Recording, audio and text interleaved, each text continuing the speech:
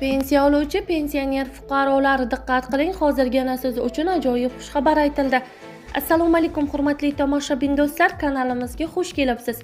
O'zbekistonda hamda jahonda sodir bo'layotgan eng tezkor va dolzarb mavzularni o'tkazib yubormaslik uchun kanalimizga obuna bo'lib, videoroliklarimiz davomida bor yo'g'i bir donadan like hamda podpisatsiya tugmachalarini bosib qoldirishni unutmang.